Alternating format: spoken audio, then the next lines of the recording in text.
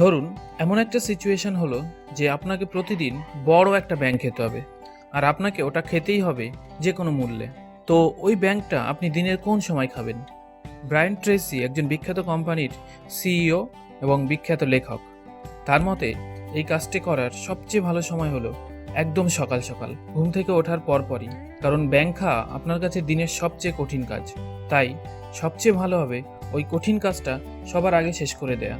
ফলে সারাদিন আপনি টেনশন ফ্রি হয়ে শান্তিতে কাটাতে পারবেন। এখানে ব্যাংক খাওয়া মানে আপনার কোনো শ্রমসাধ্য ও গুরুত্বপূর্ণ কাজ শেষ করার কথা বলা হয়েছে, যেটা শেষ করা আপনার জন্য খুবই জরুরি। অধিকাংশ সময় আমরা কোনো কঠিন এবং গুরুত্বপূর্ণ কাজকে পরে করব করে গড়িমসি করতে থাকি, বলতে থাকি সন্ধ্যাবেলায় করব বা কাল করব, এভাবে প্রোক্রাস্টিনেট করতে থাকি। ব্যাপারটা এরকম হয় যে বসে বসে ব্যাংকটার দিকে তাকিয়ে ভাবতে থাকি যে ওটা আমাকে খেতে হবে, কিন্তু আমি পরে খাবো। এটা অন্য কিছুই নয়, এটা শুধু আমাদের টেনশন এবং স্ট্রেস বাড়াতে থাকে। সকাল সকাল কোনো কঠিন এবং গুরুত্বপূর্ণ কাজ শেষ করার প্রধান কারণ হলো এই সময় আমাদের উইল পাওয়ার সবচেয়ে বেশি থাকে, ফলে মুশকিল কাজকেও আমরা সহজেই শেষ করতে পারি।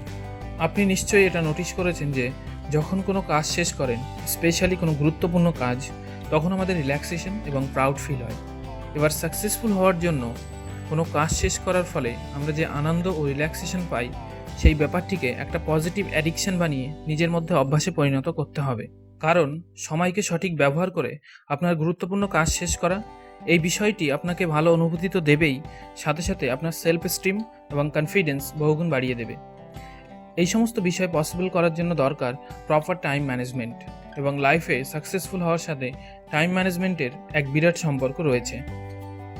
সময়ের কথা সবাই বলে, সবাই জানে, সবাই মানে যে সময় কত মূল্যবান জীবনে। আমাদের গোলস, আমাদের ড্রিমসগুলো ফুলফিল করার জন্য কত গুরুত্বপূর্ণ। কিন্তু বর্তমানে অধিকাংশ মানুষ বলে থাকেন যে সময় নেই, সময় নেই। সময় তো আছে, কিন্তু ব্যাপার হলো ওটাকে আমরা সঠিকভাবে ব্যবহার করতে পারি না, সঠিকভাবে ম্যানেজ করে উঠতে পারি না।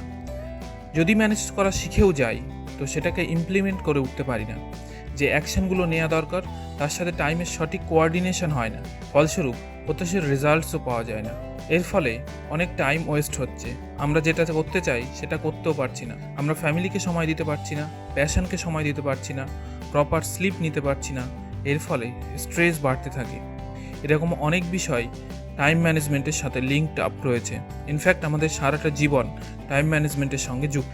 যদি আমাদের টাইম ম্যানেজমেন্ট ঠিক করতে পারি, কী কী অ্যাকশনস নিতে হবে সেগুলো আইডেন্টিফাই করতে পারি, এবং সেই প্ল্যানসগুলোকে সঠিকভাবে কোঅর্ডিনেট করতে পারি সময়ের সাথে, তাহলে খুব ভালো রেজাল্টস আসবেই।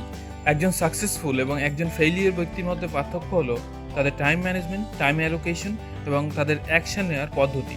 উভয়ের জন্যই 24 ঘন্টা বরাদ্দ, কিন্তু কোথায় কিভাবে টাইম অ্যালোকেট করছে তার উপর নির্ভর করে তাদের সাফল্য বা ব্যর্থতা।